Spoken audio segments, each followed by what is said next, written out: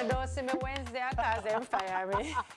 Thanks to she, that little girl over there. I joke. No, Tessie, thank you so much for being my co-host today. We'll rush to do it again because she forget when she ask questions. All right, guys, remember to watch. Hi, guys, remember to watch your Reggae Boys compete against the likes of Argentina, Brazil, Mexico, USA, and more in this year's Copa America 2024 football tournament. You can see it happen live on CVMTV from June 20th to July 14th. Of course, the lead story continues this evening at 6:30 with George Davis. And remember to check out Holy Road on Sunday at 6:30. Be sure to catch all our segments on CVMTV's YouTube page and follow us on Instagram at Sunrise CVM to keep up to date with all of the behind-the-scenes content. I hope you guys have a wonderful, wonderful weekend. But before we go, Tessie, you want to take it away? The Roundtable squad takes over right after this. Have a blessed weekend, Sunrisers. And I love you, Mom! Oh, yes, Mommy, we love you. Thanks for watching, everybody. Mwah. Good morning, Roundtablers, and welcome to the Friday edition of the Roundtable. Of course, I am your girl, Shelly Ann, and I am here this morning with my sophisticated fashionista birthday girl, co-host. Happy birthday, my friend, Gianna. Thank you. Hi, morning. And of course, we are joined this morning by Dr. Kimon Young. Welcome, Kimon. Thank you, thank you. How you feeling, girl? Happy birthday, you're pretty though, Giselle. Thank you. Yes, man.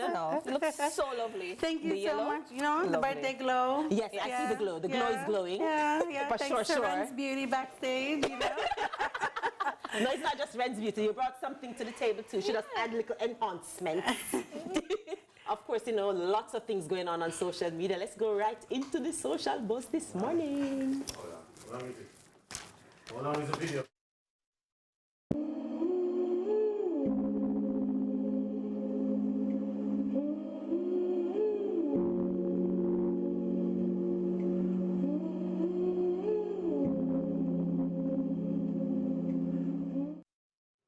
Whoa. That's harsh. Just saw this before coming in. Like, I just saw it before coming in this morning, and I was just like, it really, like, people are still thinking along this line. Like, they don't understand that we've been through so much as people. We just came through a whole pandemic. Yeah.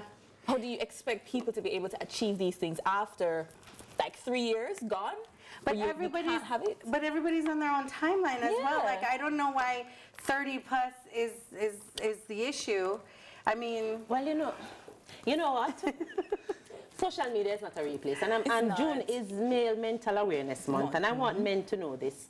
I mean, you know, me cuss someone sometimes, and someone thinks I don't like them, but I like them a lot, you know. And I think that this is something that you have to take a break from social media. Make some friends in your real life, and have some people around you that really are there to support you, because that's very harsh. I think that is harsh, that's unrealistic. Everybody's situation is what it is, and you have to win on your basis and do what you can do with what you have. It's just crazy. I agree. I 100% agree. Everybody's on their own timeline. Stop comparing. When you start the comparison, that's when you lose sight of where you are supposed to go and what you are supposed to add to this world. And it steals joy. Of course. And why are we trying to judge someone based on those things? Materialistic. But it's not even just material. They're talking about no serious relationship. You know, suppose he had a bad relationship and he doesn't want a serious relationship again. Okay. Like, that could be his thing. Listen, some people have some crisis relationship. You say don't make them trick you just because them take nice pictures together. Don't mean say good things happening over there. I'm Don't married. compare yourself to them. But you know, 15 years of marriage. Was it a good marriage? I think we should say that for a topic to talk about. In the meantime, I think Jenna has some things to say about bag of things. It's bag of things time. Yes. My segment.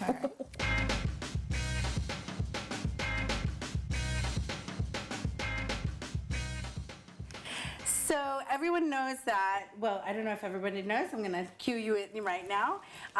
The Indonesians that were here doing the batik making workshop, that was going on last week. They have left now, sadly, but they did leave some things with me that I thought were really cool to share, because it let me just get into it. I just want the things to come out of So the the bag. necklace that I have on is one of them. It's a batik necklace. Now, the reason I wanted to share these are because they're made of the batik, like this is batik woven. And I have another one, don't you worry. Pretty. Is that a tie? Yes. So that style is like a tie, and then this one is all coiled batik pieces as well. But the cool thing about these is that they're made from the scraps. Oh, this can be like a brooch. So if you have, can be like a brooch. if you're doing something and you have leftovers, Leftover fabric. yeah, you can make other things that can generate income or that can just accessorize your outfit. So you don't have to throw it away. Right. Wow, So this I'm is so nice. into less waste because I hate waste. Yes. So I loved that this designer was called Era Krishna, and she is big on sustainability. So she uses every aspect of what she has, and so I liked it because it was the little scraps, the little pieces that she ended up using to make the different These are accessories. very nice, I Jen. know. And you know what? The fact that it is upcycled, yes, I learned that term, is that, you know, you use the scraps so they don't end up in the garbage because there's a lot of waste in the fashion industry now. So whatever we can do to make use of all the material, Right. I think is absolutely great. And plus, they're very pretty. Right? Gorgeous. Yes. And your real creativity can come out if you're using, you know, what is available to you, you know? Beautiful Reduced stuff. cost as well. Yeah. What did you say the designer name again? Her name was Era Krishna. You can find her on Panagram. Yes, she's on the gram. One over Jen and go see what them She's people on the here. gram, Very yes. nice, very pretty. Yes. Boy, I see something hot coming from the corners. Yes, yes, another empty box. The morality of meat consumption and the audacity of this empty box. Let's talk about it. The morality of meat consumption. Other than the alliteration, a lot of us don't think of morality when it comes to eating meat. And, you know, a lot of people who know me personally knows that I'm currently vegetarian, so don't let that cloud your judgment. We're going to be talking about, you know, just eating meat. For some people, the vegan movement is about, you know, ensuring that animals are protected and, you know, not wanting to kill the animals to eat them. And some people, it's not so serious. It's really just about trying to eat a lifestyle that they find works best for them because of the health outcomes that they get from it. But let me start with you, Kimon, as a doctor. What are your thoughts on eating meat generally, and what do you see in patients who, you know, have certain lifestyles and how it affects them? Okay, so first of all, we have to establish that meat provides protein, it provides amino acids, it can also provide some sources of fat and some sources of carbohydrates, but meat is really protein, that's what you need from it. And your body has a daily requirement for protein. You need about 0.8 grams per kilogram of your body weight, which kind of roughly works about 50, 40 thereabout. And having meat is at least half of that already. So meat is easy, accessible sources of protein that your body needs for its normal function. For the patients that I do see, for example, with chronic diseases, that the persons who eat meat may have a worse outcome than those who decide to not eat meat or to be selective with the meats that they decide to eat. Because you have difference in meat. You have white meat, red meat, which is lean meat or processed meat. And it's how you decide to consume those that will then lead to a different outcome. And it's also your lifestyle. Because you can be a meat eater that exercises as well. So with that balance, you realize that you have a good outcome. But you eat meat, but you don't have the exercise. So the two come together. I've also found that persons who are meat eaters, they do, and the studies have shown it, they tend to develop obesity or cancer or cardiovascular diseases as well. But for me, that is when you eat the meats that are not processed and they're high in fat. You said the word processed more than once. Tell me the difference between processed meat and unprocessed meat, just so that we are clear as to what we're talking about. Okay, so processed meat has to deal with the meat that has undergone either genetic modification or it's meat that has been like there are additions, hormones added to it. That's processed meat. Like what? Give me examples. What processed and what not processed? Like we know say bacon processed. Bacon is definitely processed. But it's processed because of the salt. I think it's a pink salt salt that they add to it. the preservatives that they put in there. What if it is just smoked without the salt? Then that wouldn't really be considered unprocessed. Okay. All right. So we're just trying to understand when we say processed versus unprocessed. Jana, thoughts? eating in terms of from a morality standpoint, what's your take on it? Kimon, just tell us a little bit about the health consequences and some of the results from eating meat or not eating enough meat or eating less meat. Right. Your thoughts on just the culture of eating meat and Jamaicans and just generally as it relates to this topic. Okay, so I think Jamaicans are meat eaters. We like meat. Not all of us eat all the meats because of religious purposes or dietary, whatever it is, right? Because like I eat the white meats. I don't eat red meat, right? But I think that when you see the outcomes that you do with the health, now I'm not a doctor, right?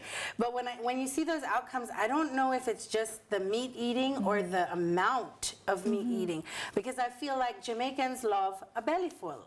And so sometimes they don't even know when they're belly full. So I feel like they just keep eating, and I think everything should be in moderation. Yes. So if you're eating too much of anything, you're going to have a problem. And it's not even just the meat. Sometimes they're not eating the meat with any vegetable. They're eating it with the rice, and it's not a little rice, it's a whole heap of rice. It's an unbalanced diet. Right. So I think that's where you're finding the health implications. All right. Well, I mean, Dr. Young, Kimon, she spoke about obesity earlier, and I really wanted to kind of touch on a little bit of what you said, Gianna, in terms of the amount of meat that you're eating, because let's do a specific example. Once upon a time, half a chicken could feed an entire family, a family of 4 or 5, because, when the chicken cook, it might come with a piece of potato, some vegetables, some gravy, some sort of vegetable along with it. So you end up getting maybe 2 or 3 pieces of meat in your dish when you eat it. You can go to restaurants today, right now in the year 2024, and get an entire half a chicken for yourself in the serving that you want get to eat. And we get beaten from early to eat what is on our plate, so we eat it off. So part of what we have to consider is the portion sizes. But I feel like they've grown with us over the years, because I remember Miss Henry's shop in Claremont, St. Anne, and there was a little paper box with wax the paper original box inside. lunch. Yeah, and you could hold the box like in your hand like this. And it was enough. It was full. You were full after. I think that box could fit in the current lunch box like maybe 4 times.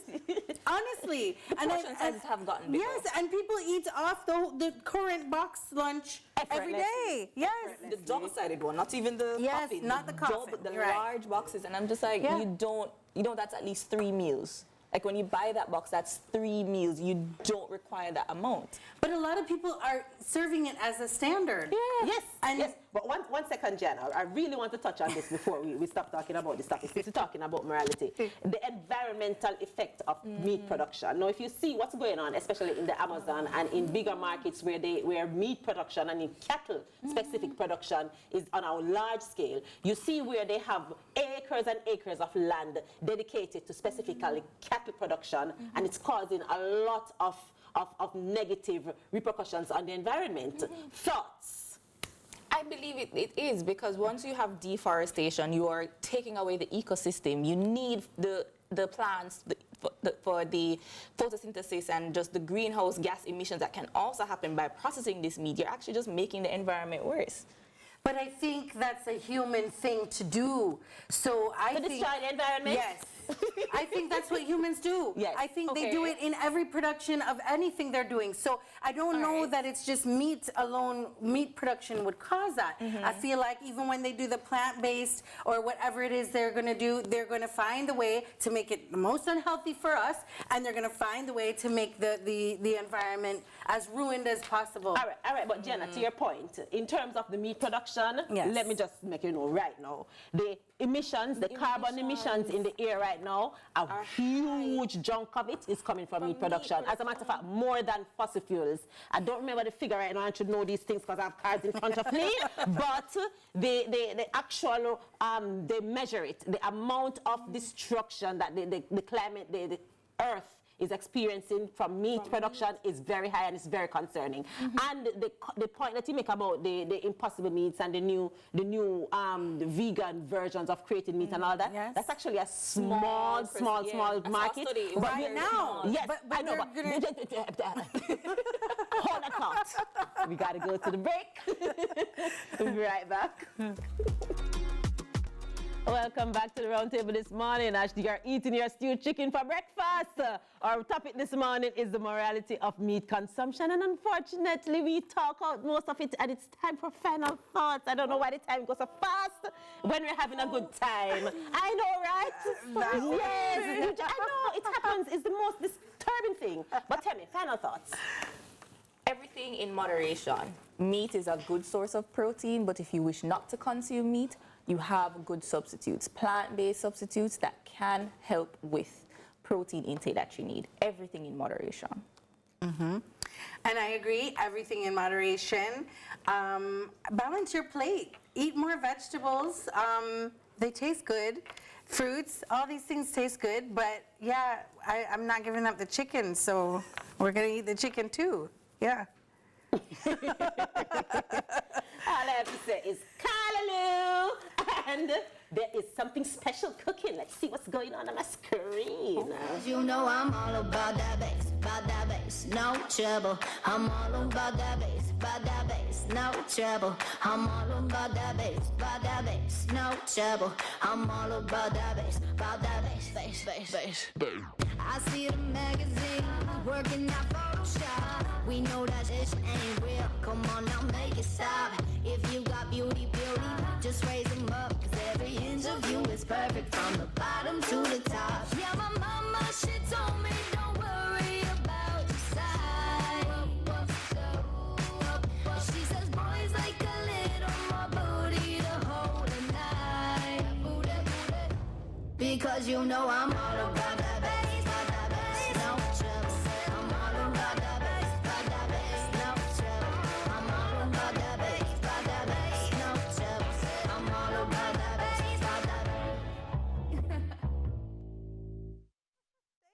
Of course, you know, it is Gianna's birthday.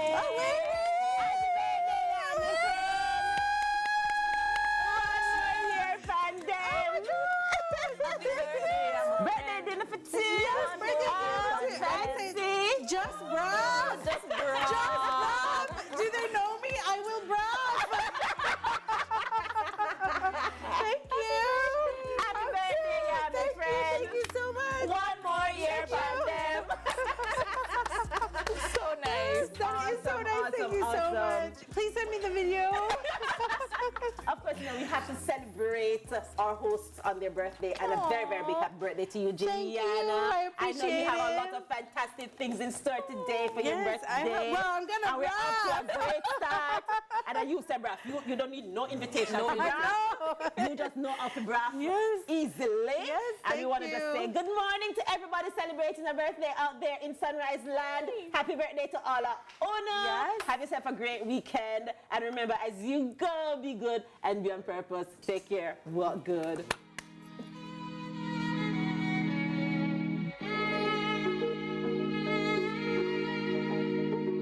London. I'm feeling vibes on vibes. I'm a ticking dynamite. I blow your candle lights. You know I'm just that type. No, them no fit kill my vibe. Them no fit kill my vibe. Them no fit kill. Them no fit kill. Them no fit kill my. Wise man said, follow the stars. Yeah, you shall find a piece of advice. If you hit your enemies, enemies shine. If you're not a friend of me, enter the light. Cause you can never kill my vibe. Got here with no sacrifices. Everything was taken, still had to make it. Vibe killer, me I no go take. Vibe killer, bloody somebody time. Protect my energy from your